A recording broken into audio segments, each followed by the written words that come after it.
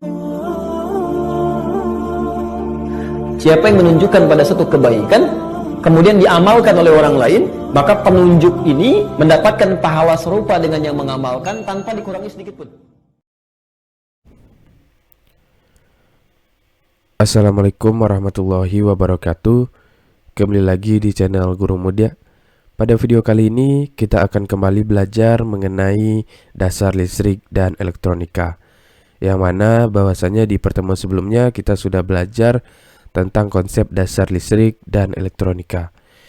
Anda dan teman-teman semuanya, pada kegiatan belajar 2 ini kita akan belajar mengenai komponen listrik dan elektronika. Untuk komponen listrik dan elektronika itu ada 2 kompetensi dasar yang akan kita capai.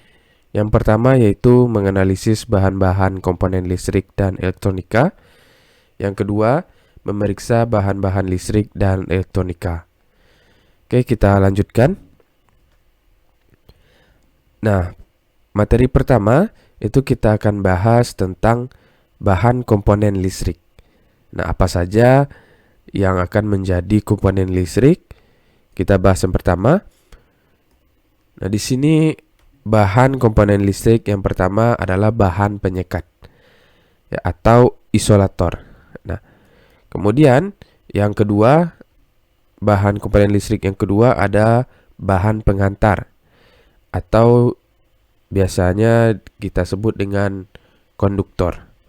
Nah, bahan yang ketiga yaitu ada semikonduktor, ya, atau semi penghantar. Nah, di sini atau setengah penghantar. Nah, bahan setengah penghantar. Bahan yang kedua ada konduktor, ya, penghantar. Kemudian bahan yang ketiga ada setengah penghantar atau semikonduktor. Kemudian yang keempat ada bahan superkonduktor, ya, atau super penghantar. Nah, kemudian bahan listrik yang kelima atau komponen listrik yang kelima itu adalah bahan magnet. Nah, kemudian bahan yang keenam itu ada bahan serat optik. Nah, kemudian yang ketujuh itu ada bahan khusus. Nah, jadi di sini ada 1, 2, 3, 4, 5, 6, 7. Ya, ada 7 bahan komponen listrik yang akan kita bahas pada pertemuan kita yang kedua ini. Nah, kita bahas yang pertama yaitu bahan penyekat, nah, atau isolator, ya. Kalau di listrik itu namanya isolator. Nah, jadi ini bentuk dari isolator. Ya, kayak sebuah piringan, ya. Ini kayak sebuah mangkok. Nah, kemudian di sini juga kayak pegas, ya, kayak pegas yang ada garis-garisnya. Kemudian apa sih itu isolator? Nah, jadi isolator listrik merupakan sebuah bahan yang tidak dapat atau sulit untuk melakukan perpindahan suatu muatan listrik. Dalam bahan isolator, valensi elektronnya terikat secara kuat pada sebuah atomnya. Bahan isolator dapat berguna sebagai penopang beban atau pemisah sebuah konduktor tanpa membuat adanya arus yang mengalir keluar atau konduktor. Nah, di sini dapat kita simpulkan bahwasanya isolator itu adalah suatu benda, ya, atau suatu bahan yang dapat menahan lajunya aliran listrik. Nah, jadi di sini isolator itu berfungsi untuk menahan, ya, atau mencegah terjadinya aliran listrik. Ya, di sini kan dapat kita katakan di sini dalam bahan isolator valensi elektronnya terikat secara kuat pada sebuah atomnya. Nah, bahwasanya dapat kita ketahui elektron itu, bahwasanya di pertemuan sebelumnya kita sudah bahas elektron itu dapat dikatakan kalau di listrik itu sebuah tegangan. Nah, maka isolator ini mencegah terjadinya pergerakan elektron, artinya mencegah terjadinya pergerakan sebuah tegangan, ya. Nah, di sini bahan isolator dapat berguna sebagai penopang beban atau pemisah sebuah konduktor. Nah, ya, tanpa membuatnya adanya arus yang mengalir keluar ataupun ke konduktor. Nah, di sini dapat kita ketahui isolator ini dapat menahan Selain tegangan, itu dapat menahan arus listrik. Nah, kemudian kita lanjutkan. Ada persyaratan bahan isolator ya. Jadi untuk membuat suatu isolator itu ada persyaratannya. Lalu apa saja persyaratannya? Kita lihat di sini persyaratannya itu mempunyai sifat dapat mengisolir arus listrik ya. Artinya dapat menahan arus listrik. Kemudian memiliki tahanan listrik yang besar sekali. Nah, artinya memiliki tahanan listrik yang besar sekali. Kemudian susunan atomnya sedemikian rupa sehingga elektron valensi sulit berpindah ya. Kita ketahui tadi isolator itu berfungsi untuk menahan ya, menahan lajunya arus listrik, menahan lajunya tegangan listrik. Nah, di sini dapat kita katakan juga memiliki tahanan listrik yang besar. Artinya isolator itu menjadi suatu atau menjadi sebagai tahanan listrik. Atau kita sebut juga isolator ini sebagai tahanan listrik. Kemudian di sini ada karakteristik sifat bahan isolator. Bagaimana karakter dari bahan isolator itu sendiri? Kita lihat di sini yang pertama itu sifat kelistrikan isolator. Ya, bahwasanya untuk sistem kelistrikan dia dapat menahan lajunya arus, dapat menahan lajunya tegangan listrik. Karena apa? Karena isolator kita fungsikan sebagai tahanan listrik. Yang kedua, itu sifat mekanisnya. Nah, bagaimana sistem mekanis ya atau mekaniknya dari sebuah isolator ini? Ya, bagaimana pembuatannya, bagaimana penerapannya nanti? Ya, apakah isolator ini kuat, gitu kan? Nanti kita pasang 1 hari udah hancur, gitu kan? Nah, itu akan kita uji bagaimana sistem mekanisnya. Kemudian sifat termisnya juga kita akan uji. Kemudian sifat kimianya. Apakah isolator ini nanti akan berkarat ya, atau mudah rapuh. Nah, itu akan kita uji semuanya sifat-sifat ini. Jadi untuk isolator yang baik itu yang pertama tentu saja dia dapat menahan tegangan listrik, menahan arus listrik. Kemudian sifat mekanisnya itu dia kuat ya, kemudian dia tahan zat-zat kimia. Nah, itu kalau kita lihat dari karakteristik isolator. Sehingga dapat kita katakan ketika sudah memiliki karakteristik ini, isolator itu dapat kita katakan isolator yang baik ya. Kemudian untuk menjadi sebuah isolator dia harus memiliki persyaratan bahan isolator minimal itu 3 persyaratan ini ya. Yang pertama mengisolir arus listrik, kemudian memiliki tahanan yang besar, kemudian memiliki susunan atom ya. Kemudian kita lanjutkan. Nah, jadi di sini dapat Ananda dan teman-teman lihat penerapan dari sebuah isolator. Nah, kalau di sini itu penerapannya itu di tiang listrik, yang mana dapat kita sudah ketahui tadi ya, isolator itu berfungsi untuk menahan lajunya arus listrik, menahan lajunya tegangan listrik. Nah, di sini artinya isolator itu berfungsi sebagai tahanan ya, Sehingga apa?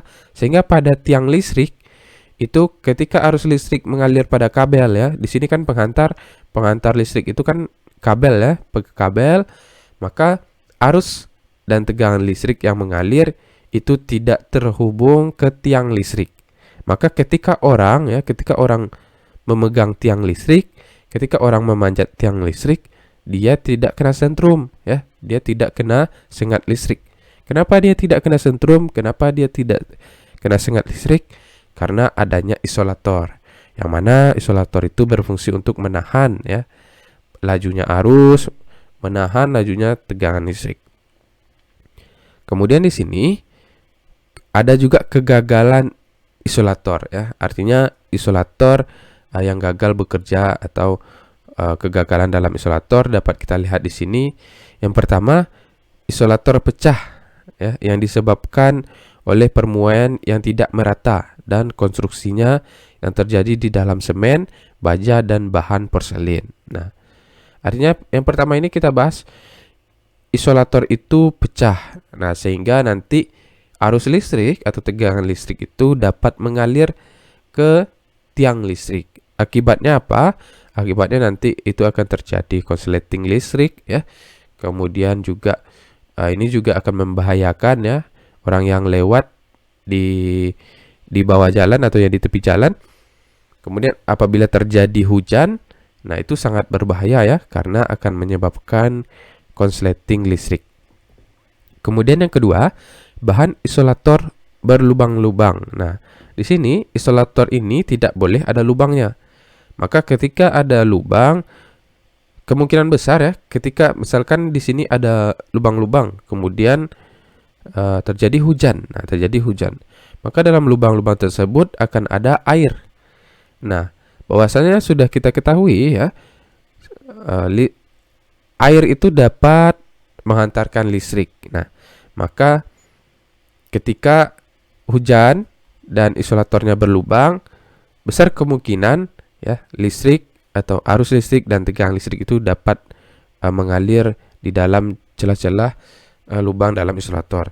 Nah, itu juga menyebabkan kegagalan isolator.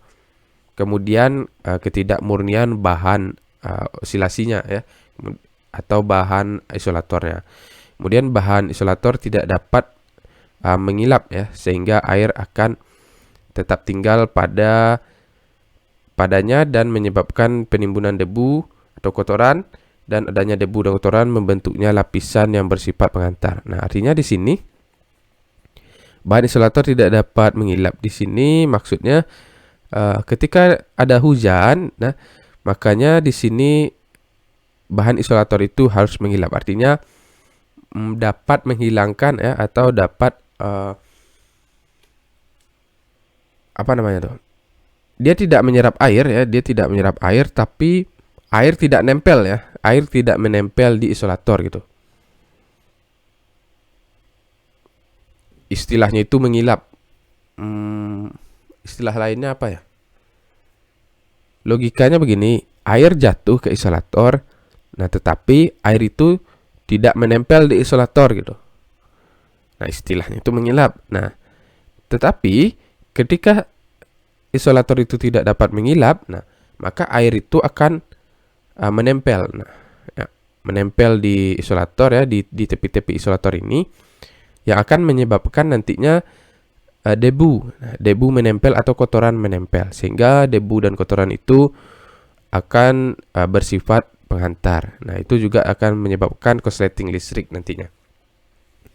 Kemudian juga tekanan secara mekanis ya, artinya dari segi mekanisnya ini itu kurang bagus. Kemudian juga adanya tembus atau flashover. Nah, di sini flashover itu dapat kita artikan juga di sini adanya percikan api ya, yang menyebabkan isolator itu juga terjadi kegagalan. Kemudian kalau kita lanjut, di sini ada bahan konduktor. Setelah tadi kita bahas bahan listrik yang pertama ada isolator, bahwasanya isolator itu berfungsi untuk menahan arus listrik, menahan tegangan listrik. Nah, kemudian kita masuk ke bahan yang kedua, ada konduktor. Nah, konduktor di sini dapat Ananda dan teman-teman lihat, di sini ada gambar kabel. Nah, jadi dapat kita ketahui di sini konduktor merupakan sebuah bahan yang dapat menghantarkan listrik dengan mudah. Bahan ini mempunyai daya hantar listrik yang besar dan tahanan listrik yang kecil. Nah, ini berkebalikan ya, kebalikan dari isolator. Isolator itu tahanannya sangat besar, sedangkan konduktor itu tahanannya listriknya itu kecil. Nah, konduktor mempunyai sifat penting seperti sifat daya hantar listrik, ya, koefisien suhu tahanan, kemudian daya hantar panas, kekuatan tegangan tarik, dan timbulnya daya elektromotoris termo. Oke, kita lanjut. Di sini contoh konduktor yang sangat baik adalah emas. Namun karena harga yang begitu mahal, maka penghantar umum digunakan adalah tembaga dan aluminium untuk menghemat biaya.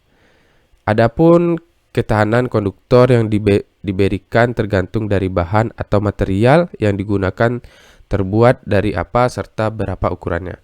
Jadi dapat kita simpulkan di sini ya, konduktor itu merupakan suatu bahan pengantar ya di listrik. Bahan pengantar di listrik itu biasanya kita menggunakan yang namanya kabel. Kabel itu bahan yang paling bagus ya, bahan yang paling bagus digunakan untuk kabel adalah emas. Namun harga emas itu sangat mahal ya. Coba Anda bayangkan bagaimana kalau kabel-kabel listrik itu di tiang-tiang listrik itu bahannya semuanya emas. Pasti itu kalau kita pasang siang ini, nanti malam itu emasnya itu udah hilang semua tuh. Nah, makanya selain harganya mahal, juga keamanannya itu juga perlu kita waspadai ya, karena bahannya emas. Nah, kita tahu harga emas itu berapa. Makanya di sini pada umumnya kita menggunakan yang namanya tembaga ya, tembaga dan aluminium. Nah, untuk menghemat biaya. Artinya untuk kabel listrik kita gunakan bahan yang tembaga, kemudian juga ada kita gunakan bahan yang aluminium. Nah, kemudian kita lanjutkan untuk bahan tertentu, resistansi dan akan terbalik dengan luas penampang. Contohnya dapat Anda lihat di dalam kawat tembaga yang tebal memiliki resistansi lebih rendah daripada kawat tembaga yang tipis, dan resistansinya sebanding dengan panjang kawat tersebut. Contohnya kawat tembaga yang lebih panjang ketahanannya lebih tinggi daripada kawat tembaga pendek. Nah, dapat kita simpulkan lagi di sini bahwasanya kita contohkan di sini ada sebuah kabel. Nah, kabel penghantar ya. Bahwasanya kabel penghantar ini kita contohkan yang terbuat dari tembaga. Ya, kabel itu merupakan suatu konduktor atau sebuah penghantar listrik yang terbuat dari tembaga atau aluminium. Nah, di sini kita contohkan di sini untuk bahan tertentu resistansinya akan berbanding terbalik dengan luas penampang. Nah, luas penampang itu ukuran kabelnya gitu. Nah, ukuran kabelnya. Bagaimana ukuran kabelnya? Sedangkan resistansi itu adalah ibaratnya tahanan. Nah, jadi resistansi itu adalah sebuah tahanan. Jadi resistansi itu akan berbanding terbalik dengan luas penampang. Nah, jadi semakin besar ya, semakin besar ukuran tembaga, maka resistansinya itu akan semakin kecil dan arus listrik atau tegangan listrik yang dialirkan itu akan semakin besar ya. Kemudian di sini contohnya kawat tembaga yang lebih panjang ketahanannya lebih tinggi daripada kawat tembaga pendek. Nah, misalkan di sini kita salurkan listrik 20 volt atau 220 volt misalkan. Arus listrik rumah kan 220 volt. Kita salurkan listrik 220 volt. Kabel yang pertama itu menggunakan tembaga yang panjang. Kabel yang kedua kita gunakan tembaga yang pendek. Nah, dari segi ketahanan itu akan lebih tahan kabel yang lebih panjang daripada kabel yang pendek. Karena apa? Karena resistansinya lebih kecil ya. Lebih kecil sehingga kabel yang panjang itu lebih bertahan lama daripada kabel yang pendek untuk mengalirkan arus listrik 220 volt. Kemudian kalau kita lanjutkan, ada karakteristik konduktor. Untuk karakteristik konduktor, kita bahas yang pertama yaitu karakteristik mekanik. Nah, konduktor mekanik ini menunjukkan bahwasanya keadaan listrik dari sebuah konduktor yang menyatakan kenyataan listrik dari konduktor. Ini salah ketik ya. Salah ketik. Kemudian ini dari sisi mekanik nih. Jadi pembuatan kabel ini ya, pembuatan kabel, pembuatan tembaga dari tembaga yang diolah menjadi kabel, kemudian aluminium yang diolah menjadi kabel. Itu akan kita bahas mengenai karakteristik mekaniknya. Bagaimana ketahanannya, bagaimana luas penampangnya, bagaimana panjangnya. Nah, itu dari sisi mekanik. Kemudian yang kedua dari sisi listriknya. Konduktor listrik ini menunjukkan keadaan dari konduktor terhadap sebuah arus listrik yang melewatinya. Artinya kita ukur di sini apakah kabel ini itu dapat mengantarkan listrik dengan baik. Nah, di sini dapat kita ketahui ya, kabel yang pertama ini itu ukurannya kecil-kecil.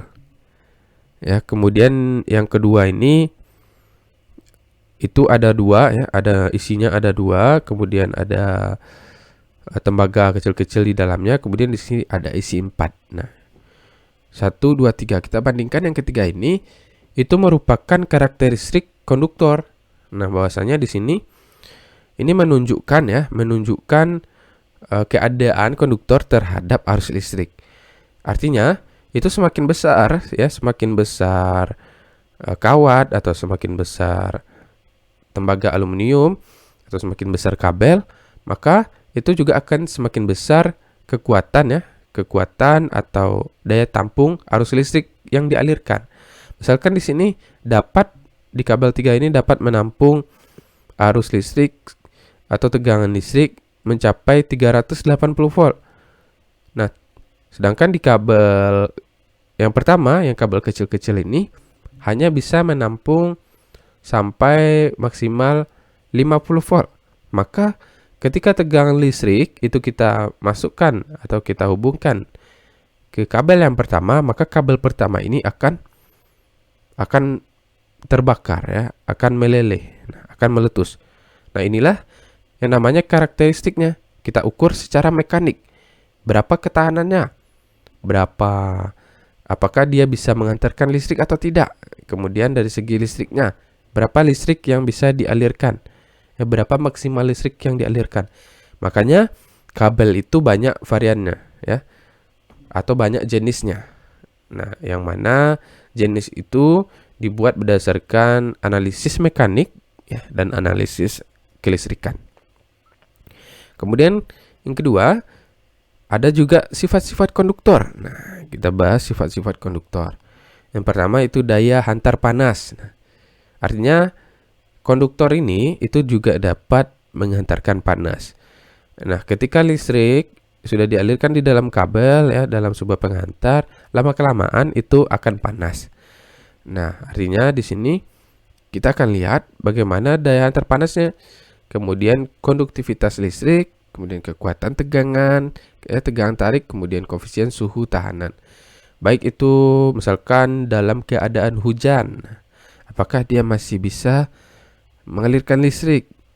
Baik dalam keadaan panas, ya, panas matahari, apakah dia masih dapat mengalirkan listrik? Itu nanti akan dianalisis apakah ketika dalam keadaan hujan tegangannya itu berkurang atau tidak. Apakah ketika dalam keadaan panas ya, panas matahari, tegangan listrik atau arus listrik yang dialirkan akan berkurang atau tidak. Nah, itu akan kita analisis nanti, akan kita pelajari nanti. Kemudian kita bahas selanjutnya, setelah kita tahu sifat-sifat konduktor, kita bahas tentang jenis-jenis bahan konduktor. Nah, artinya bahan yang kita gunakan untuk penghantar. Nah, bahwasanya kita tahu tadi bahan penghantar atau konduktor untuk listrik itu adalah kabel ya. Lalu apa saja bahan yang bisa kita gunakan untuk membuat kabel? Pertama yaitu aluminium. Nah, aluminium yang merupakan sebuah unsur kimia yang dilambangkan dengan Al. Nah, kalau kita belajar kimia itu biasanya sistem periodik ya. Kalau tidak salah itu namanya sistem periodik. Untuk sistem periodik aluminium itu dengan atom 13. Nah, di sini aluminium memiliki titik didih sebesar 2792 K ya. Tambah lagi K berarti 2 juta ya. atau 2519 derajat Celcius. Nah, itu aluminium. Jadi bahan pertama yang dapat kita gunakan sebagai pengantar itu adalah aluminium. Kemudian yang kedua itu perak. Nah, bahan yang kedua perak. Jadi selain aluminium, perak juga dapat kita gunakan sebagai bahan pengantar. Nah, perak merupakan sebuah unsur kimia yang memiliki lambang Ag ya, dengan nomor atom 47. Nah, perak termasuk dalam logam transisi lunak, putih, dan memiliki konduktivitas. Ya, jadi dalam mata pelajaran dasar listrik dan elektronika ini, selain kita belajar tentang dasar listrik ya, kita juga belajar tentang fisika ya, kita juga belajar tentang kimia ya. Kemudian juga kita bahas selanjutnya ada bahan konduktor yaitu emas. Nah, sebelumnya kita sudah bahas bahwasanya bahan konduktor yang paling bagus itu adalah emas. Nah, tetapi harganya sangat mahal. Makanya yang biasa digunakan itu salah satunya di sini adalah aluminium ya. Kemudian kalau perak itu harganya juga masih mahal ya. Kemudian di sini emas merupakan sebuah unsur kimia yang disimbolkan dengan Au dengan nomor atom 78. Emas ini termasuk dalam logam transisi, baik trivalent dan univalent, yang memiliki tekstur lembek, mengilap, kuning, dan berat. Kemudian bahan selanjutnya adalah besi. Nah, jadi selain aluminium, selain perak, selain emas ya, ada juga bahan besi. Nah, besi disimbolkan dengan Fe dengan nomor atom 26. Nah, artinya teman-teman, ketika ada arus listrik yang bocor di rumah atau tegangan listrik yang bocor di rumah, jangan coba-coba pegang menggunakan besi ya.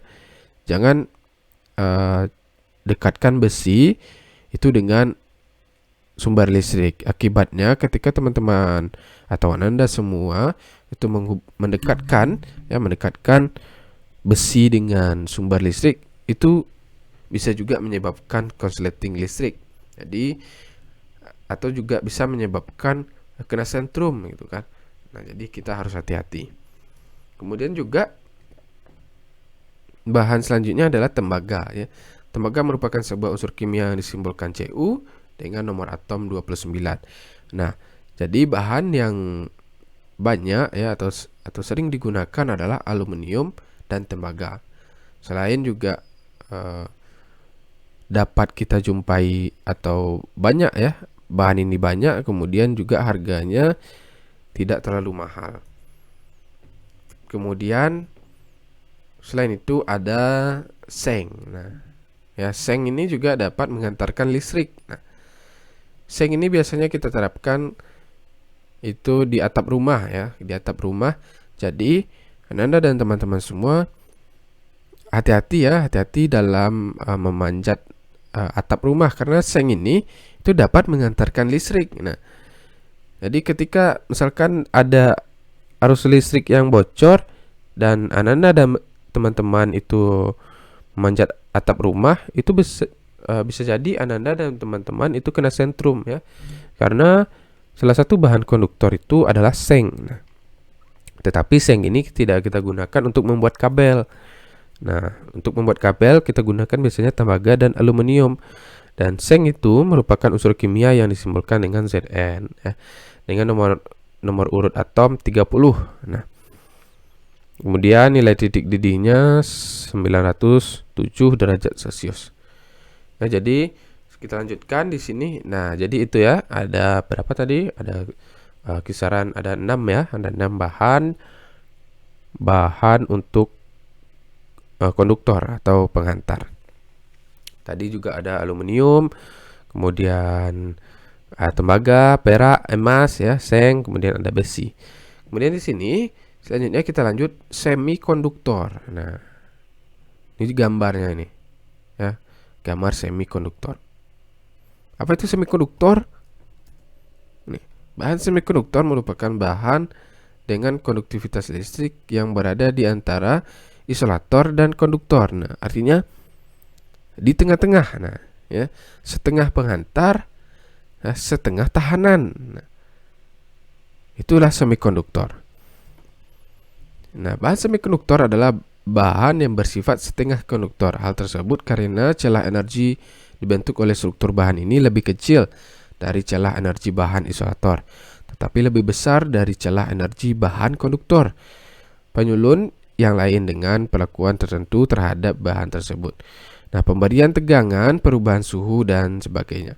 Oleh karena itu, semikonduktor dapat bersifat setengah penghantar. Oke, kita lanjut mengenai jenis semikonduktor. Apa saja jenisnya? Yang pertama, semikonduktor intrinsik. Nah, apa itu?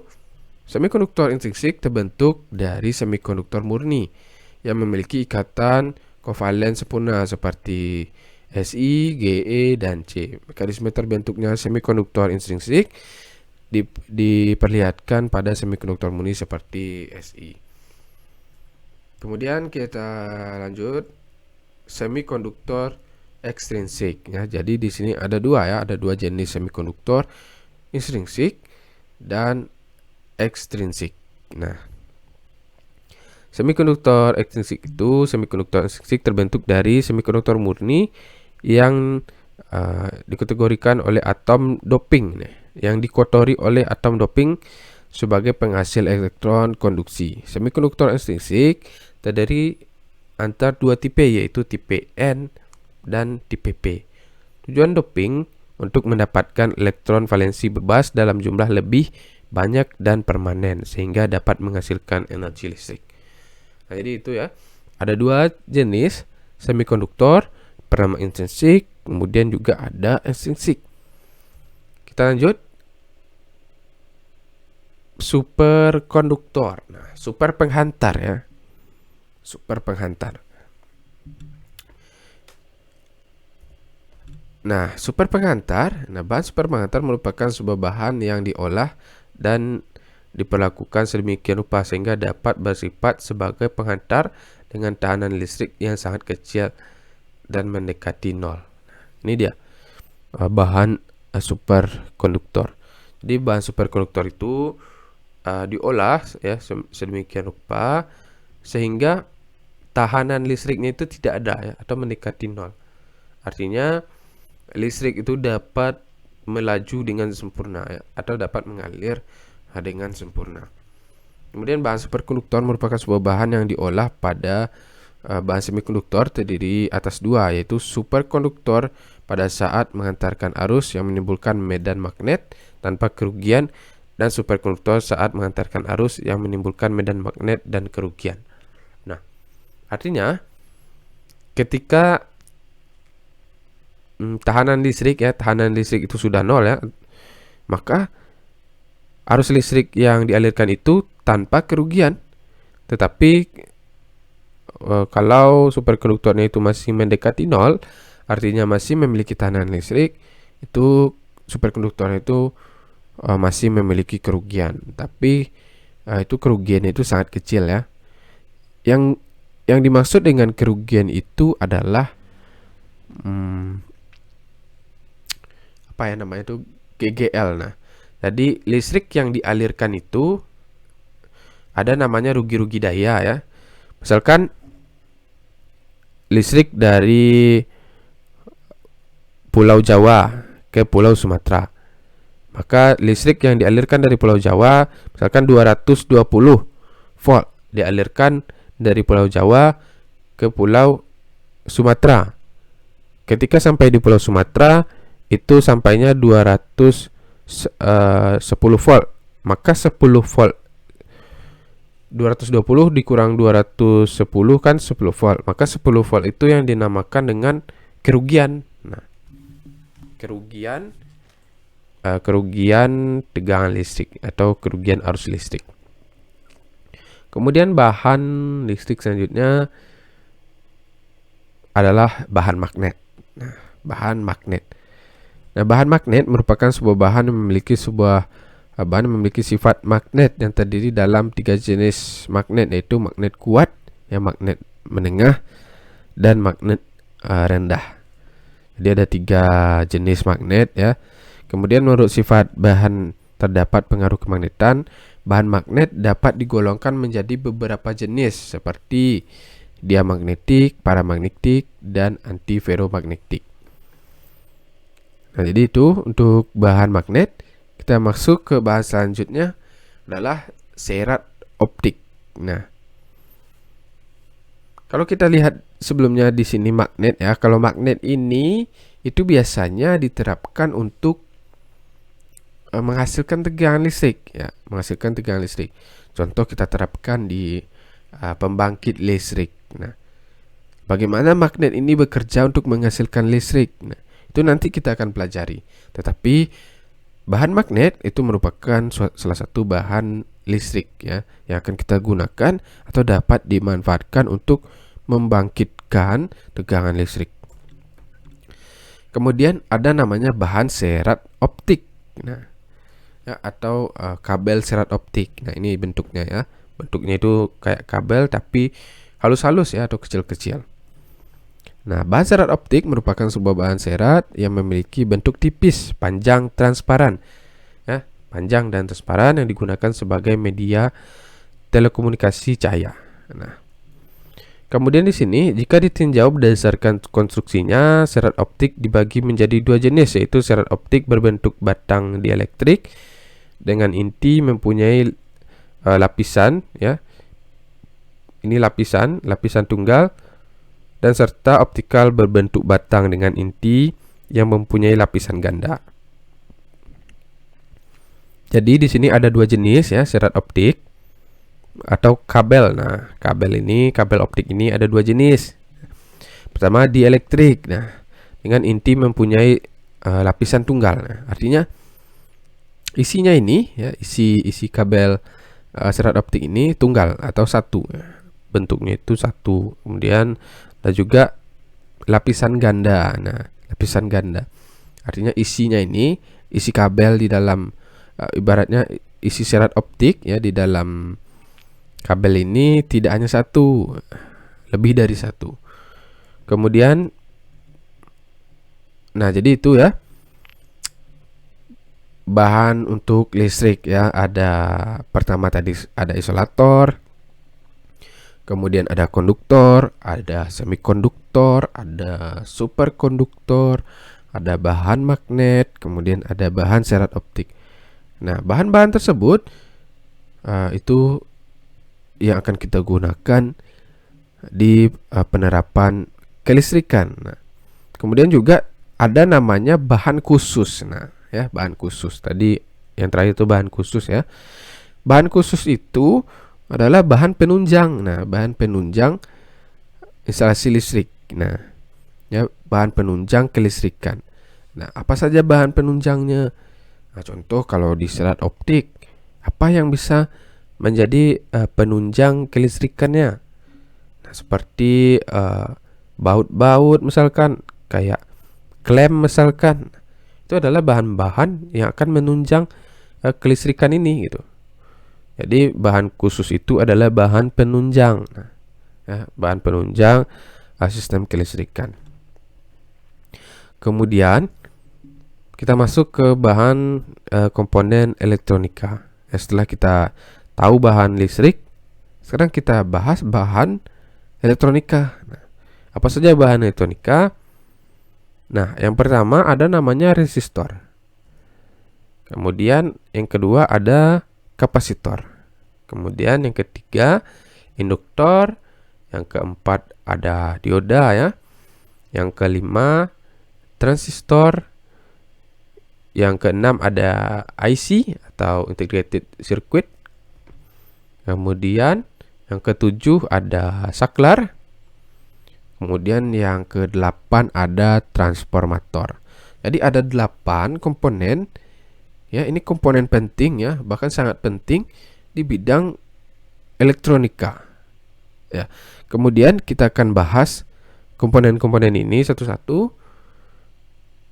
Kita bahas yang pertama tentang resistor. Nah, jadi ini bentuk dari sebuah resistor. Ya, jadi kalau Anda lihat ketika Anda bongkar sebuah televisi misalkan, DVD misalkan, maka ada, jika Anda melihat ini ya, melihat komponen ini yang kayak panjang ya, kayak tabung panjang, kemudian ada besi-besinya itu namanya resistor. Nah, resistor nih. Kemudian juga ada di sini gelang-gelang warna, itu namanya resistor. Lalu apa resistor itu? Resistor itu ya, atau kita simbolkan dengan R ya, merupakan komponen elektronika yang memiliki 2 pin dan didesain untuk mengatur tegangan listrik dan arus listrik. Nah, ya, fungsinya itu untuk mengatur tegangan dan arus listrik ya.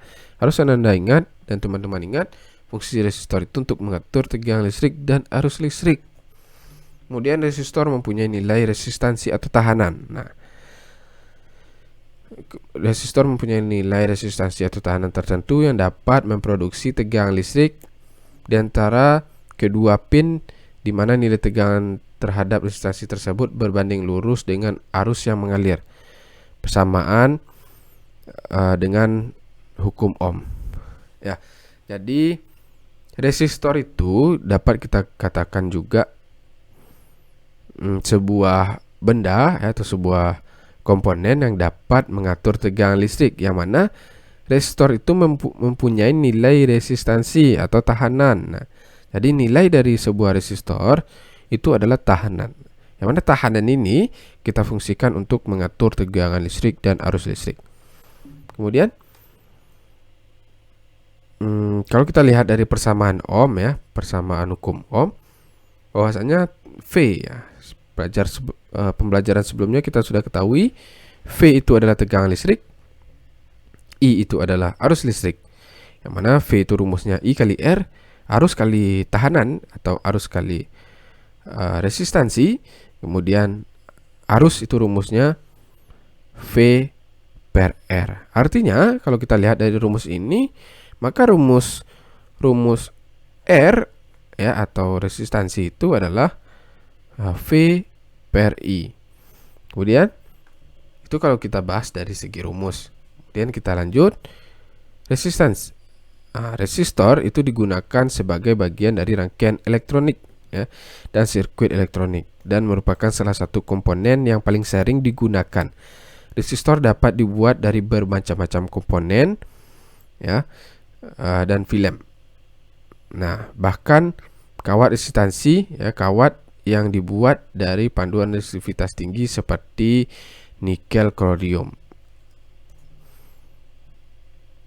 Nah, di sini kita lihat ohm. Nah, jadi satuan dari resistor itu ohm. Simbol ohm seperti ini ya, simbol ohm seperti tapak kuda. Dalam satuan standar internasional untuk resistansi listrik diambil dari nama George Ohm. Kita lanjutkan, satuan yang digunakan untuk resistor itulah adalah ohm. Simbolnya seperti tapak kuda ini ya, seperti tapak kuda. Kemudian kilo ohm. Nah, kilo ohm itu sama dengan k ohm. Nah, jadi k ohm itu kilo ohm. Kemudian mega ohm ya, M terus tapak kuda. Nah, di sini ya kita menggunakan simbol tapak kuda. Artinya di sini nilainya misalkan 1 mega ohm, artinya 1 M ohm. Kemudian 1 kilo ohm, 1 k ohm. Mana 1k itu nilainya 1000 ya, 1000 ohm. Kemudian 1 mega itu nilainya 1 juta, 1 juta ohm. Kemudian simbol. Nah, jadi misalkan kita mau gambar resistor atau kita gambar sistem kelistrikan, maka simbol yang akan kita gunakan adalah seperti ini ya, seperti zigzag. Nah, zigzag itu simbol resistor. Kemudian juga kita bisa gunakan persegi panjang untuk simbol resistor. Jadi dapat kita simpulkan, resistor merupakan komponen yang dapat mengatur tegangan dan arus listrik. Kita lanjutkan di sini. Adanya tabel gelang warna resistor. Nah, dapat Anda dan teman-teman lihat di sini resistor itu memiliki sebuah gelang warna ya, gelang warna. Nah, di sini ada yang melingkar-lingkar ya, dan ada warnanya. Nah, lalu bagaimana mengetahui nilai resistor? Nah, gitu kan. Maka kita ketahuilah dari segi warnanya. Nah, ada namanya tabel gelang warna ya. Jadi resistor itu maksimal ya. Untuk sekarang itu maksimalnya itu sampai 6 gelang warna, 6 gelang warna. Ya di sini ada 1 2 3 4. Nah, 1 2 3 4, kemudian juga 1 2 3 4 1 2 3 4. Nah, jadi resistor itu selain 6 gelang warna, itu dia biasanya ada 3 ya, ada 3, ada 4, ada 5, dan ada 6. Dan yang sering digunakan itu adalah yang 4. Nah, 4 warna. Tetapi resistor itu diproduksi itu sampai 6 gelang warna. Nah, biasanya 6 gelang warna ini nilainya itu besar-besar ya, tetapi untuk komponen-komponen yang menengah kayak TV ya, televisi, kayak radio, kayak DVD player, itu biasanya menggunakan 4 gelang warna. Lalu bagaimana cara menghitung atau mengukur nilai resistor? Itu dapat kita ketahui dari sini warnanya. Kalau kita biasanya main kayak apa namanya?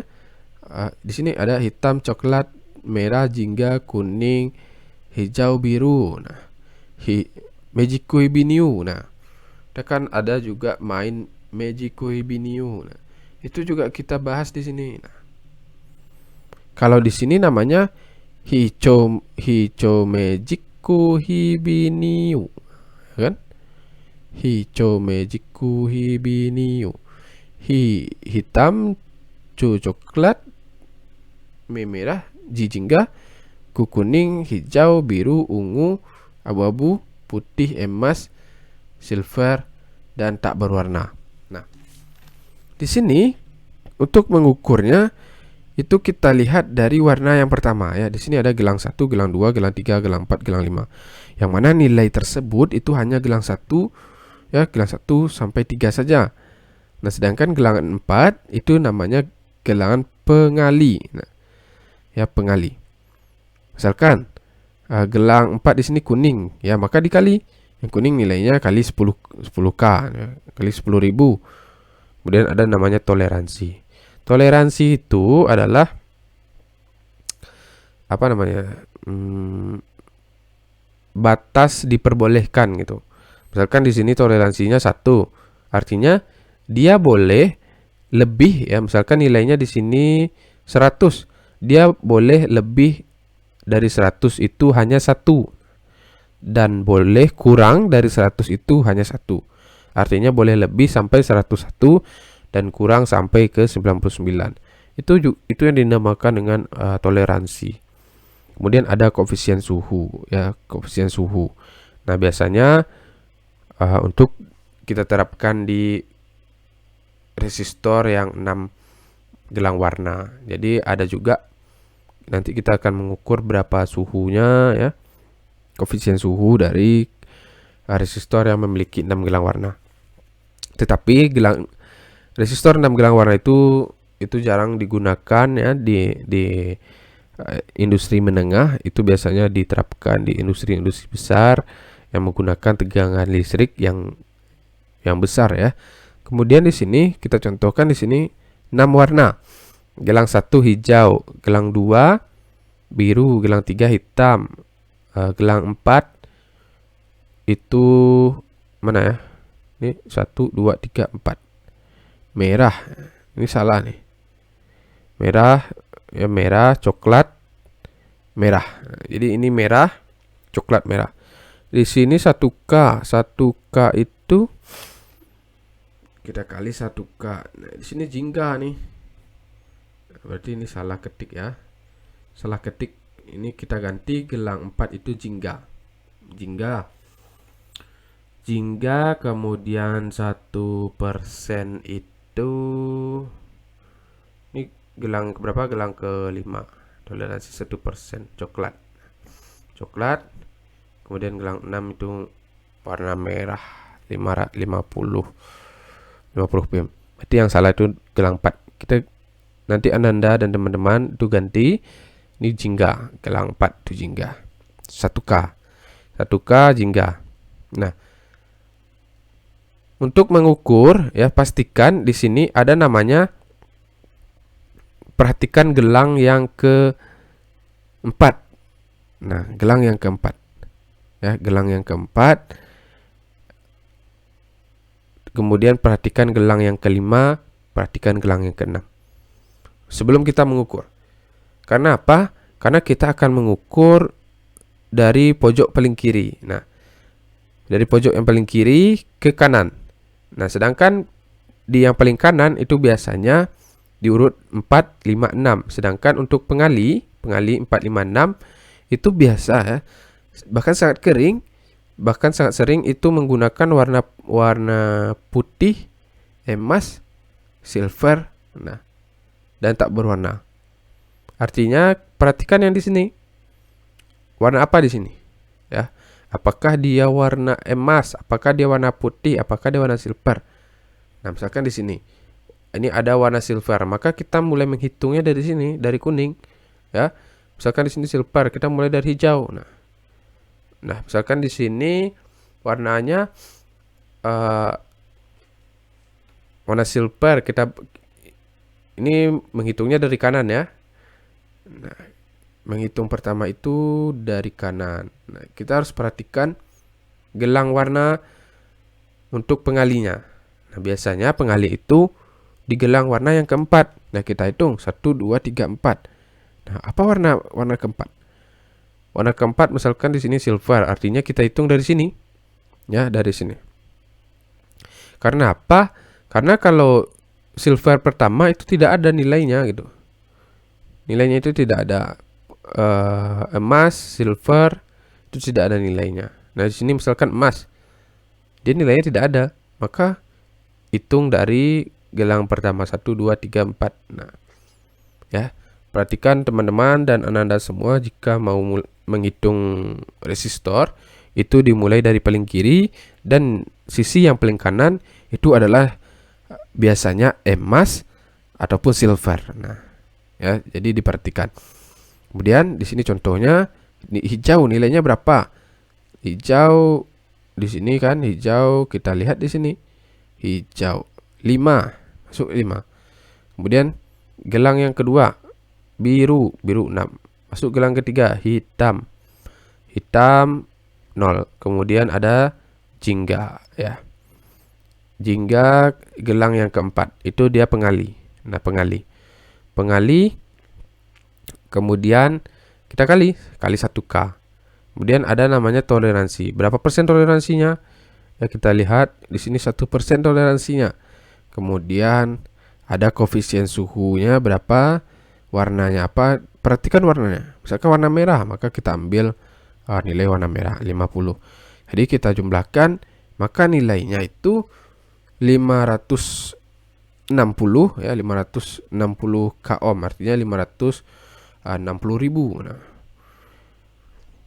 kemudian toleransinya plus minus 1%. Nah, di sini plus minus 1%.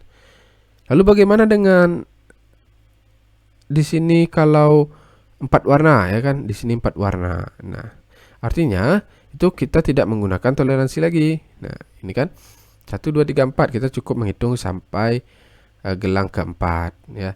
Kemudian di sini rata-rata kita menggunakan 4 warna ya. Biasanya kalau untuk elektronika perumahan ya, kayak televisi, kemudian kayak DVD, itu kita menggunakan 4 gelang warna. Dan kita cukup menghitung gelang 1, gelang 2, gelang 3, dan gelang 4. Nah, perhatikan warnanya. Misalkan warna oranye, masukkanlah nilai ya oranye atau jingga di sini. Nah, kemudian atau warna kuning, berapa nilainya kita masukkan. Nah, dan gelang yang keempat itu biasanya pengali. Nah, misalkan perak di sini. Ya, perak atau silver. Nah, kita kali di sini kali 0,01. Kemudian ada emas. Nah, emas kali berapa? Emas kali 0,1. Nah, maka itulah nilai resistornya nanti. Jadi seperti itu ya. Nanti akan kita cobakan bagaimana cara menghitungnya. Nah, di sini salah satu contohnya. Jadi Ananda dan teman-teman dapat mencobakannya bagaimana cara menghitung resistor. Kemudian selanjutnya, setelah kita bahas resistor, kita akan bahas tentang kapasitor ya. Jadi bahan elektronika selanjutnya ada namanya kapasitor. Nah, jadi bentuknya seperti ini ya, ini kayak tabung ya, kayak tabung bulat-bulat ya. Kemudian ada kakinya. Yang di sini juga ada seperti lingkaran. Nah, lalu apa itu kapasitor?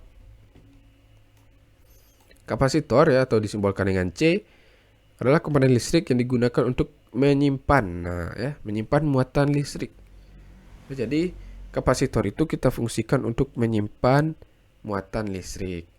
Nah, bahan penyusun kapasitor yaitu 2 keping atau 2 lembaran penghantar listrik yang dipisahkan menggunakan isolator listrik berupa bahan dielektrik.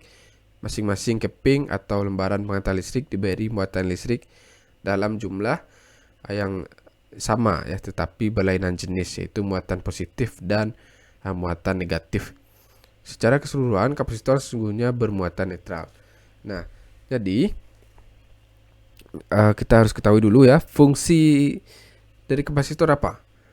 Yaitu menyimpan muatan listrik. Nah, selanjutnya kita bahas tentang simbolnya. Jadi kalau kita menggambar kapasitor, maka nanti akan ada simbolnya, simbol kelistrikan. Nah, jadi di sini ada 3 simbol. Kalau kita bahas simbol pertama itu ya, simbol dari kiri ke kanan, artinya kapasitor tetap. Kapasitor tetap itu artinya tidak ada kutub positif dan negatif. Artinya ini terserah nih, mau dihubungkan ke positif ya, mau dihubungkan ke negatif, itu boleh. Ada namanya kapasitor polar, ada polaritasnya, ada kutub positif dan ada kutub negatif ya. Ada yang ada persegi panjang ini ya, yang ada celahnya, itu kutub positif, dan di sini kutub negatif yang bawah. Lalu bagaimana jika dihubungkan terbalik? Itu biasanya tidak akan hidup. Nah, jadi harus diperhatikan ya, jika kapasitor polar itu biasanya ada kutub positif dan negatif. Lalu apa tandanya pada kapasitor? Nah, ini kan misalkan nih, di sebuah kapasitor, kalau kapasitornya tetap, itu biasanya itu tidak ada polaritasnya, baik kutub positif dan kutub negatif. Nah, sedangkan pada kapasitor yang polar itu ada biasanya tanda di sini. Nah, ini ya, ada strip. Nah, strip itu artinya negatif, dan kakinya itu biasanya lebih pendek. Sedangkan yang positifnya itu lebih panjang dari negatif, dan juga di sini ada tanda minus ya, atau negatif, atau strip. Nah, pada bodi kapasitor. Nah, beda dengan ini nggak ada nih ya kan, nggak ada garis strip-stripnya. Kemudian di sini ada garis strip-stripnya. Ini menandakan kapasitor polar. Kemudian di sini ada namanya kapasitor variabel. Nah, ini bentuk simbolnya gitu. Nah, ini gambarnya ketutup. Kemudian nanti kita akan lihatkan gambarnya. Nah, selanjutnya kita akan bahas jenis-jenis kapasitor ya. Tadi ada 3 simbol ya. Kapasitor tetap, kemudian ada kapasitor polar, kemudian ada kapasitor variabel. Lalu jenisnya itu bagaimana? Kita lihat yang pertama yaitu kapasitor keramik. Nah, ini bentuknya ya kayak bulat ya, kemudian ada kode-kodenya, ada nomor-nomornya. Apa sih kapasitor keramik? Ya, kapasitor keramik terbuat dari bahan keramik. Ya, kapasitor keramik ditandai dengan warna merah, hijau, dan coklat. Nilai kapasitasinya yang dihasilkan oleh kapasitor keramik sangat kecil, dan berkisaran antara 1 pikofarad sampai dengan 0,1 mikrofarad. Nah, jadi kalau kita mau mengukur atau untuk menyimpan muatan listrik yang kecil, itu kita gunakan kapasitor keramik. Kemudian juga ada namanya kapasitor polyester. Nah, kapasitor polyester ini berbentuk persegi 4, menyerupai permen ya. Menyerupai permen. Kemudian kapasitor polyester tidak dapat digunakan pada rangkaian frekuensi tinggi atau pada rangkaian dengan arus listrik yang besar ya. Penggunaan kapasitor polyester diterapkan pada rangkaian satu daya. Ya, satu daya ini adalah rangkaian power supply atau sumber tegangan ya. Itu namanya satu daya. Satu daya itu satu fasa ya, listrik satu fasa. Satu fasa itu tegangannya 220 volt. Kemudian selanjutnya kita masuk kapasitor mika. Ya, bentuknya ya dapat Anda lihat dan teman-teman lihat gambarnya. Kemudian kapasitor mika adalah kapasitor dengan isolator listrik berupa mika.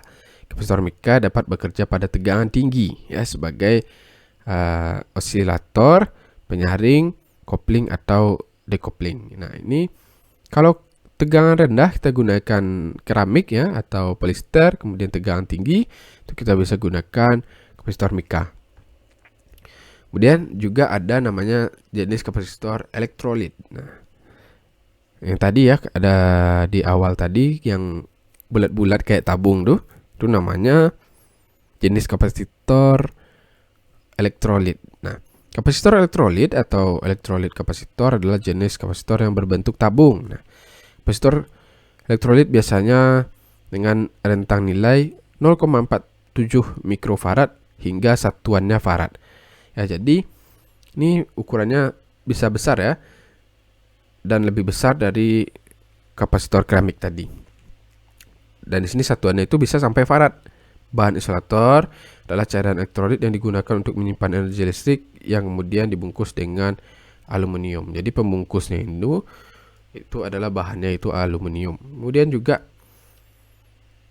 kapasitor tantalum. Nah, bentuknya kayak gini ya, ada kecil-kecil ya, kecil-kecil, ada kayak persegi panjang, kemudian juga ada yang tipis ya. Kapasitor tantalum banyak digunakan pada papan utama komputer pribadi, laptop, dan telepon genggam. Nah, jadi pada sistem laptop atau komputer atau handphone teman-teman itu biasanya menggunakan kapasitor jenis tantalum yang kecil-kecil itu, ya, yang kecil-kecil. Nah, ini yang kecil-kecil ini itu biasanya kita gunakan di pembuatan komputer ya, komputer atau handphone. Kemudian juga ada kapasitor variabel. Nah, kapasitor variabel bentuknya seperti ini. Ya, ada pengaturnya. Mana kapasitor variabel adalah kapasitor yang nilai kapasitasinya dapat diubah sesuai dengan kebutuhan.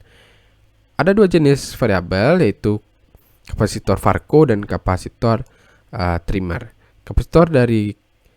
Kapasitas dari kapasitor variabel yaitu 500 picofarad. Ya, kapasitor variabel banyak digunakan pada rangkaian radio sebagai pengatur frekuensi.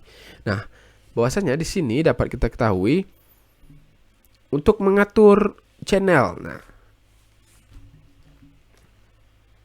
kalau kita buka radio atau kita menghidupkan radio, itu kita kan mengatur siaran. Nah, siaran radio kita mutar-mutar, yang kita putar itu namanya kapasitor variabel. Nah, ya, yang kita putar itu namanya kapasitor variabel. Nah, untuk mengatur sinyal frekuensi untuk mengatur channel radio. Kemudian DVD player yang kita putar-putar itu namanya kapasitor variabel ya. Kemudian bahan elektronika selanjutnya ada namanya induktor. Ya, induktor. Bentuknya kayak gini. Ini salah satu contohnya gitu. Bentuk induktor ya, kayak gulungan tembaga gitu kan. Kayak gulungan tembaga. Kemudian apa itu induktor? Nah, di sini kita bahas sebuah induktor atau kita simbolkan dengan L adalah sebuah komponen elektronika pasif ya, yang dapat menyimpan energi pada medan magnet yang ditimbulkan oleh arus listrik yang melintasinya. Artinya di sini lilitan tembaga ini di sini kan sebuah komponen elektronika yang menyimpan energi pada medan magnet yang ditimbulkan oleh arus listrik. Nah, artinya ketika lilitan ini dialiri arus listrik, itu akan menimbulkan medan magnet, ya, medan magnet. Nah, artinya akan menimbulkan GGL, ya, gaya gerak listrik, sehingga terjadinya nanti medan magnet. Nah, itu fungsi dari induktor, ya, atau pengertian dari induktor. Nah, biasanya sebuah induktor adalah sebuah kawat penghantar yang dibentuk menjadi kumparan lilitan, ya, lilitan membantu membuat medan magnet yang kuat di dalam kumparan dikarenakan hukum induksi Faraday, ya. Jadi di sini kita menggunakan hukum Faraday untuk menghasilkan medan magnet. Ya, apa fungsi medan magnet itu di sistem kelistrikan? Bahwasanya di sistem pembangkit, ya, itu biasanya, atau di sistem motor listrik, misalkan kipas angin. Nah, kipas angin, kipas itu berputar menggunakan energi listrik. Nah, atau menggunakan motor listrik. Motor listrik itu berputar menggunakan energi listrik. Energi listrik itu menghasilkan medan magnet. Nah, medan magnet itu yang akan memutar inti kipas, ya. Kalau di dalam kelistrikan namanya rotor, ya. Rotor atau inti besi. Nah, rotor dari sebuah kipas angin itu akan diputar oleh medan magnet, ya, atau GGL, gaya gerak listrik. Gaya gerak listrik itu dihasilkan dari listrik yang dialirkan pada kumparan yang ada dalam kipas angin. Nah, itulah kenapa kipas angin itu dapat berputar, yang mana kita terapkan hukum Faraday. Nah, itu, ya, kita terapkan di kipas angin. Selain di kipas angin, banyak lainnya, kayak di Gerinda, kemudian kayak blender. Nah, blender itu juga menggunakan sistem induktor. Induktor adalah salah satu komponen elektronika dasar yang digunakan dalam rangkaian arus listrik dan tegangan berubah-ubah dikarenakan kemampuan induktor untuk memproses arus bolak-balik. Nah, ini simbolnya. Yang pertama, induktor inti udara. Nah, ini inti udara nih, kosong, cuman udara dalamnya. Kemudian ada induktor inti besi. Nah, artinya di dalam ini ada besinya, gitu. Contohnya kipas angin. Nah, tadi kan kita udah bahas, ya, kipas angin. Di dalam lilitan kipas angin, ya, atau mesin kipas angin, itu kan ada tuh lilitan tenaga. Maka di dalam itu ada namanya inti besi. Nah, inti besi atau rotor. Nah, namanya kalau di sistem kelistrikan itu rotor. Itu dapat dikatakan induktor inti besi. Kemudian ada namanya induktor inti varit. Kemudian ada induktor variabel. Nah, ini akan kita bahas nih semuanya. Kita akan bahas nanti bagaimana penerapannya dari induktor ini di dalam kehidupan kita sehari-hari, ya. Baik itu di kehidupan sehari maupun di industri, itu akan kita bahas. Kemudian komponen elektronika selanjutnya adalah dioda. Ya, itu tulisannya diode, ya, diode. Kebanyakan orang Indonesia itu bacanya dioda, gitu. Kalau kita pergi ke toko, kita beli dioda, ya, bukan beli diode, ya. Itu biasanya orang kita manggilnya itu dioda, ya. Lalu seperti apa bentuk dioda itu? Bentuknya kayak gini, ya. Bentuknya kayak gini, ada pengantarnya, ya, kayak, terus ada komponennya kayak tabung nih. Kemudian dioda adalah komponen aktif dua kutub, ya, yang pada umumnya bersifat semikonduktor yang memperbolehkan arus listrik mengalir ke satu arah, ya, atau kondisi panjar maju, dan menghambat arus dari arah sebaliknya, kondisi panjar mundur. Saat ini dioda yang paling umum dibuat dari bahan semikonduktor seperti silikon dan atau germanium. Nah, artinya dapat kita simpulkan di sini dioda itu berfungsi sebagai penyearah. Ya, penyearah. Kenapa penyearah? Karena dia mengalir ke satu arah. Lalu apa yang diarahkan, ya, atau apa yang disearahkan? Yang disearahkan adalah tegangan dan arus listrik, ya. Harus Anda dan teman-teman ketahui, yang disearahkan adalah tegangan dan arus listrik. Itu fungsi dioda ya. Kemudian di sini ada jenis-jenis dioda ya. Yang pertama itu dioda penyearah, dan dioda Zener, kemudian ada LED, kemudian dioda foto ya atau foto dioda, kemudian ada SCR. Nah, ini dioda ini fungsinya apa? Fungsinya sama-sama penyearah, cuman itu diterapkannya berbeda gitu. Ibaratnya misalkan ketika tegangan tinggi, kita bisa gunakan dioda penyearah, misalkan tegangan 380 volt. Atau ketika tegangannya rendah, itu kita gunakan dioda Zener. Tegangan rendah kita gunakan dioda Zener. Atau LED ketika tegangannya itu 3 volt ya, di bawah 5 volt kita pakai LED. Kalau di atas 5 volt gimana? Nanti LED-nya putus ya atau rusak. Kemudian diodanya juga rusak. Nah, kemudian juga ada SCR. Nah, yang mana dioda ini berfungsi sebagai penyearah, tetapi macam-macam dioda ini akan kita terapkan sesuai dengan kemampuannya atau sesuai dengan spesifikasinya. Bagaimana spesifikasinya dioda ini, ya kan? Nanti akan kita pelajari ya. Sekarang kita pelajari dulu dasarnya, kita ketahui dulu fungsinya ya. Lalu nanti kita akan jabarkan semua komponen ini. Kita akan pahami semuanya gitu. Sekarang kita pahami dasarnya dulu. Jadi dioda itu ada dioda penyearah ya, dioda Zener, kemudian ada LED, dioda foto, ada fotodioda atau, dan yang selanjutnya adalah SCR, silicon control rectifier. Oh ya, kita back dulu. Nah ini simbol ya, ini simbol yang kita gunakan untuk menggambar gitu, menggambar dioda. Misalkan kita mau gambar rangkaian elektronika, kita gambar rangkaian diodanya seperti apa ya, seperti ini. Kita butuh dioda Zener, ya gambar seperti ini ya, simbolnya kayak gini. Ada segitiga, kemudian ada tanda garis vertikal ini ya. Garis vertikal itu bagaimana cara melihatnya? Nah, ini cara melihatnya, ini ya.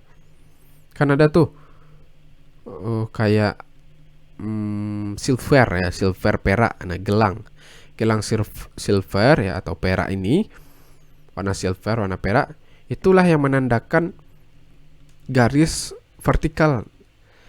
Artinya ini kutub negatif, ini kutub positif. Maka bagian ini, bagian yang pertama itu akan dihubungkan ke sumber positif ya, sedangkan yang ujungnya ke sumber negatif. Nah, ingat ya, pertama dihubungkan ke positif, keluarannya dihubungkan ke negatif. Tandanya itu adanya gelang ya, gelang silver atau perak. Nah, kemudian ada namanya A, kemudian K. A ini apa? A ini namanya anoda. Ya, kalau simbol, kalau di kelistrikan, kutub positif itu dinamakan anoda, gitu kan. Kalau di dioda ini anoda, kemudian kalau kutub negatif itu dinamakan dengan katoda. Ada anoda, ada namanya katoda. Ya. Kutub positif anoda, kutub negatif katoda. Maka simbolnya ini akan kita gunakan di instalasi elektronika dan kelistrikan. Dan ada SCR, ada beda satu nih, G. G itu apa? Gate ya, gate. Ya, harus Anda ketahui ada anoda, ada katoda, ada gate ya. Kemudian kita lanjut. Bahas selanjutnya adalah transistor. Transistor ini dia. Bentuknya kayak gini ya.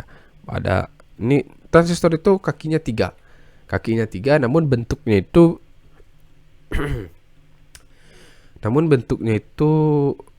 bermacam-macam ya, tergantung dengan fungsinya. Bukan tergantung fungsi. Fungsinya sama, tapi tergantung jenis beban gitu kan, tergantung jenis beban atau tergantung arus atau listrik yang akan kita gunakan ya. Kalau fungsinya sama, ini sama-sama transistor, tentu saja fungsinya sama. Nah, lalu apa itu transistor? Nah, ya kan? Transistor adalah alat semikonduktor yang dipakai sebagai penguat. sebagai penguat, sebagai sirkuit pemutus dan penyambung arus atau switching, stabilitas tegangan dan modulasi sinyal. Nah, jadi di sini misalkan di sini kita mau berfungsikan sebagai pemutus. Nah, sebagai pemutus tentu saja ada tegangan listrik, ada arus listrik. Berapa tegangannya? Misalkan 220 volt. Apakah transistor ini mampu untuk 220 volt? Nah, itu nanti akan kita pelajari ya, akan kita ketahui. Nah, di sini masing-masing transistor itu memiliki kekuatan ya, atau memiliki spesifikasi, atau memiliki kemampuan yang berbeda-beda. Misalkan di sini dia hanya mampu 220 volt, sedangkan misalkan di sini dia hanya mampu 10 volt. Nah, itu ada spesifikasinya nanti. Nanti kita akan pahami lebih lanjut. Namun untuk dasarnya kita tahu bahwasanya transistor itu berfungsi sebagai penguat, sebagai pemutus ya, sebagai penyambung, kemudian ada bisa juga sebagai stabilisasi tegangan ya, atau stabilisasi atau penstabil ya, sebagai penstabil tegangan.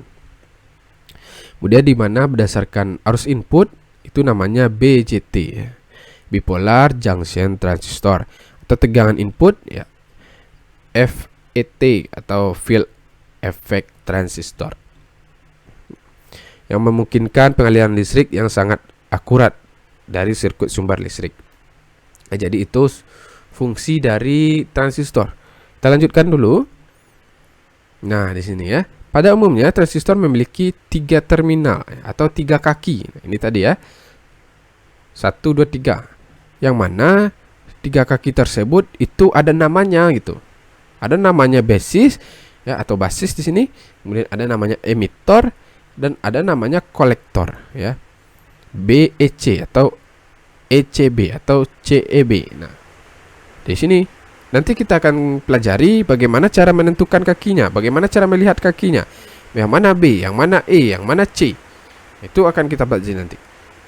Dan tegangan yang di satu terminal, misalnya emitor, dapat dipakai untuk mengatur arus dan tegangan yang lebih besar daripada arus input masukan ya, atau basis ya, yaitu pada keluaran tegangan dan arus output keluaran dari kolektor. Artinya di sini yang berfungsi untuk mengatur tegangan ya, yang berfungsi untuk mengatur tegangan di sini itu adalah emitor. Yang berfungsi untuk mengatur arus adalah emitor. Nah, sedangkan untuk keluaran dari tegangan itu akan keluar dari kolektor, akan keluar dari kaki kolektor. Yang mana kaki kolektor? Misalkan kaki kolektor yang paling ujung, paling kanan, maka tegangan akan keluar di sini. Kemudian tegangan masuk dari mana? Dari basis ya, atau dari basis. Di mana kaki basis misalkan paling kiri, maka arus akan masuk dari kaki basis ya. Kemudian akan keluar dari kaki C, kaki kolektor. Lalu diatur atau disetting ya, atau dikontrol menggunakan kaki E ya, kaki E atau kaki emitor. Kita lanjutkan. Ya, di sini di tempat Guru Mudi lagi hujan ya. Jadi kalau kurang jelas, silakan teman-teman naikkan volumenya. Kemudian selanjutnya simbol dari transistor ya. Jadi transistor itu juga memiliki simbol ya. Ketika kita menggambar ya, maka ini simbolnya. Yang pertama ada, nah ini dia kakinya ya, kaki E, B, C ya, kaki C, B, E. Nah, kemudian ada namanya transistor PNP.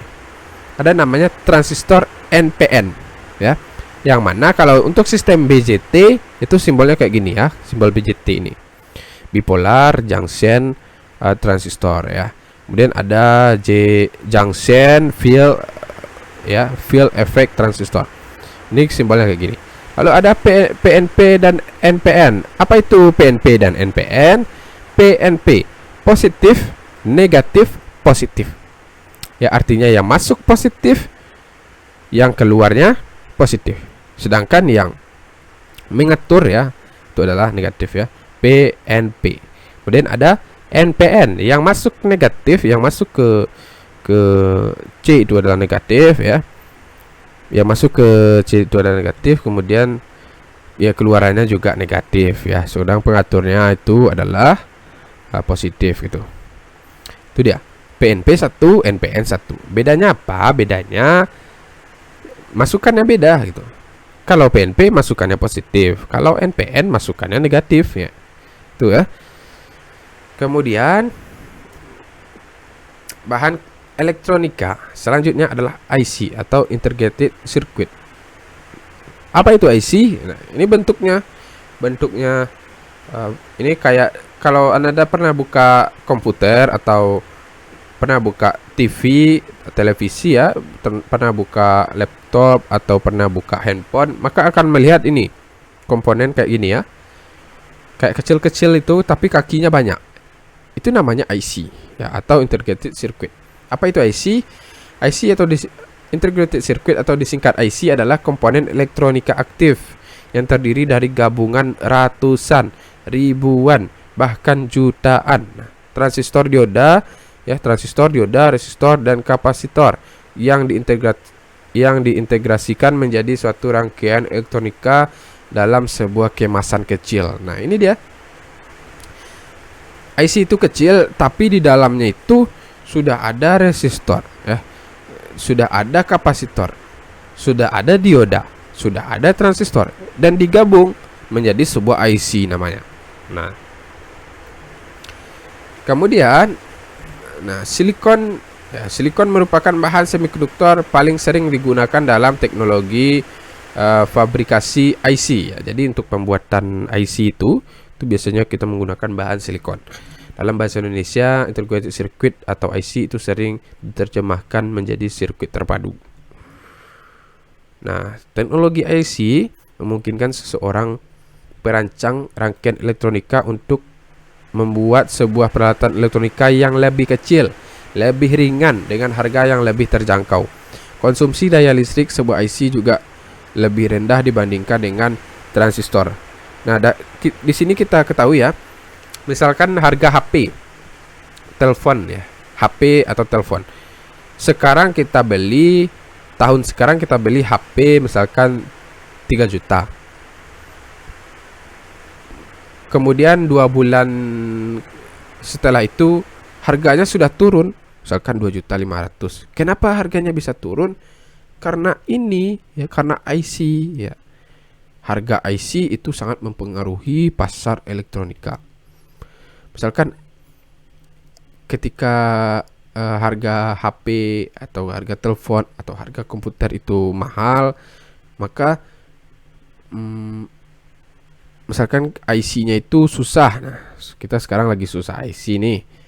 Maka harga HP, harga telepon itu akan mahal. Tapi ketika IC itu lagi banyak diproduksi, harga telepon genggam itu juga bisa menurun.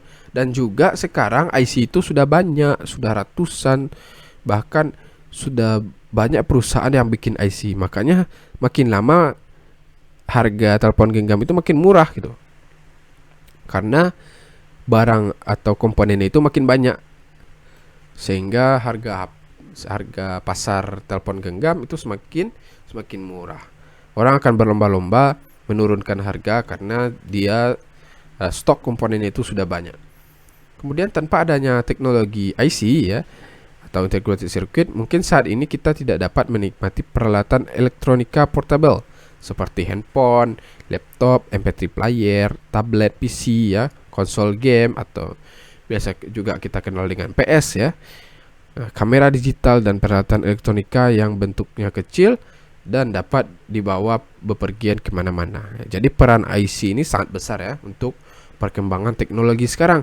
Makanya jurusan atau pembelajaran dasar listrik dan elektronika itu sangat berpengaruh ya untuk perkembangan teknologi, sangat berpengaruh untuk kemajuan sebuah negara, sangat berpengaruh untuk kemajuan sebuah sekolah, sebuah pendidikan. Makanya Ananda dan teman-teman semua itu harus serius dalam belajar dasar listrik dan elektronika karena dampaknya itu sangat besar gitu. Kemudian bahan selanjutnya ada namanya saklar. Nah, bentuknya kayak gini. Ya, ada banyak jenis ya, ada banyak bentuk dari sebuah saklar. Nah, saklar atau juga biasa dinamakan dengan relay ya.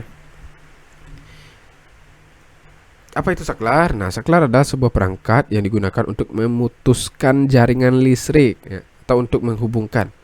Memutuskan atau untuk menghubungkan. Jadi saklar pada dasarnya adalah alat penyambung atau pemutus aliran listrik. Selain untuk jaringan listrik arus kuat, ya, saklar berbentuk kecil juga dapat dipakai untuk alat komponen elektronika arus lemah, ya. Jadi ini bentuknya saklar. Misalkan kita mau menghidupkan lampu di rumah, itu namanya saklar. Ya, untuk menghidupkan lampu itu namanya saklar. Ya, misalkan kita apa ya menghidupkan apa ya?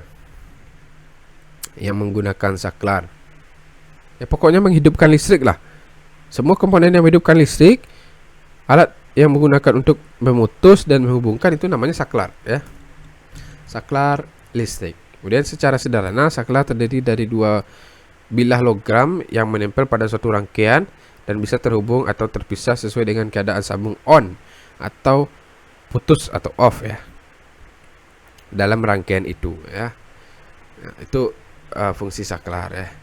Ada banyak jenisnya. Kemudian setelah kita pelajari saklar, kita masuk ke transformator. Ini transformator bentuknya kayak gini, ya. Ini transformator, ya, bukan transformen, ya. Transformator dengan transformen itu beda, ya. Di listrik namanya transformator. Bentuknya kayak gini. Ada lilitan, kawat, ya. Di sini ada yang bentuknya bulat, ada bentuknya kayak tabung, ada bentuknya di sini kayak persegi, ya. Lalu apa itu transformator? Transformator, ya, atau bahasa Belandanya ya transformator, ya. Kemudian bahasa Inggrisnya transformer, ya. Ini, ya, transformer itu bahasa Inggris, ya. Bahasa Inggrisnya transformator, sedangkan bahasa Belandanya transformator. Kita gunakan bahasa transformator, ya, bahasa Belanda. Kemudian sering disebut pula dengan trafo, ya, singkatannya trafo, transformator. Lalu perangkat listrik pasif yang mentransfer energi listrik dari suatu rangkaian listrik ke yang lain atau beberapa rangkaian. Nah, ini. Jadi transformator itu kita fungsikan untuk mentransfer energi listrik, ya. Kemudian transformator paling umum digunakan untuk meningkatkan tegangan AC rendah pada arus tinggi atau transformator step up, atau mengurangi voltase AC tinggi pada arus rendah atau transformator step down dalam aplikasi tegangan listrik dan untuk menyambungkan tahanan sirkuit pemrosesan sinyal. Nah, di sini dapat kita simpulkan bahwasanya trafo, ya, itu berfungsi untuk menaikkan step up tegangan listrik, ya. Bisa meningkatkan tegangan listrik atau menurunkan step down tegangan listrik. Jadi itu fungsi trafo, menaikkan atau menurunkan. Kalau menaikkan namanya trafo step up, kalau menurunkan namanya trafo step down, ya. Misalkan ketika arus listrik yang dibangkitkan oleh PLN, ya, dibangkitkan oleh generator dari PLN akan didistribusikan ke rumah. Dari arus PLN itu akan diturunkan dulu tegangannya. Tegangan diturunkan, ya, menggunakan namanya trafo. Ini nama trafo. Pernah lihat, ya, di pinggir jalan. Nih, yang besar-besar kayak gini, itu namanya trafo. Maka akan dialirkan ke sini, lalu diturunkanlah tegangannya menjadi 220 volt. Ketika sudah 220 volt, barulah disalurkan ke rumah-rumah. Karena tegangan atau arus yang dihasilkan oleh PLN itu besar, ya. Makanya harus diturunkan dulu dengan trafo step down. Namun juga ada namanya trafo step up. Ketika misalkan kita butuh tegangan tinggi, kita naikkan tegangan menggunakan trafo step up, ya. Oke. Jadi itu pembahasan kita tentang komponen listrik dan juga komponen elektronika, ya. Ada beberapa macam komponen elektronika tadi, ya. Ada seperti trafo, ya. Ada seperti dioda tadi, ya ada seperti induktor tadi, ya. Ada seperti resistor, kapasitor. Nah, ya. Ada juga komponen listrik tadi, seperti pengantar ya. Nah, maka di sini dapat kita rangkum bahan listrik adalah jenis benda atau bahan yang dapat digunakan dalam peralatan, perlengkapan dan alat bantu yang berhubungan secara langsung atau tidak langsung dengan listrik. Kemudian komponen elektronika berupa sebuah alat benda yang menjadi bagian pendukung suatu rangkaian elektronik yang dapat bekerja sesuai dengan kegunaannya. Oke. Jadi itu rangkumannya. Thank you. Sudah selesai, sudah habis. Nah, jadi itu pembahasan kita tentang